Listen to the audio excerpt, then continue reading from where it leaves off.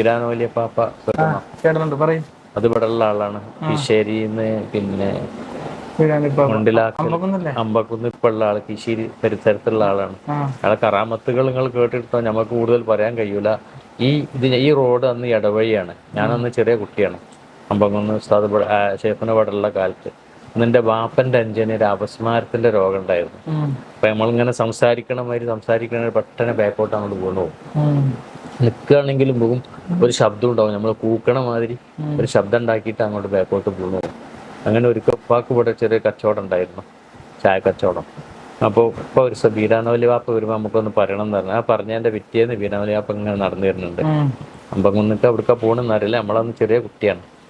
അപ്പോൾ വാപ്പ പറഞ്ഞു ഇങ്ങനെ എൻ്റെ അനുജൻ അലവി എന്ന ആളാപ്പൻ്റെ പേര്. അലവിക്ക് ഇങ്ങനെ ഒരു അസുഖമുണ്ട്, കുറേ കാലമായിട്ട് ഇത് വെള്ളത്തിലൊക്കെ വീണാ പാപ്പയെ ഭക്ഷണമാവും, മരിച്ചു പോവും. അലവിക്ക് ഒരു സൊക്കോടും ഇല്ലാന്ന് ഇവിടെ അടി കൊടുത്തു, മണ്ടക്കര അടി കൊടുത്തു. പിന്നെ ആ രോഗം ഉണ്ടായിട്ടില്ല. പ്രയാണം തുടരുന്നു, CM വലിയൊരു ചരിതം.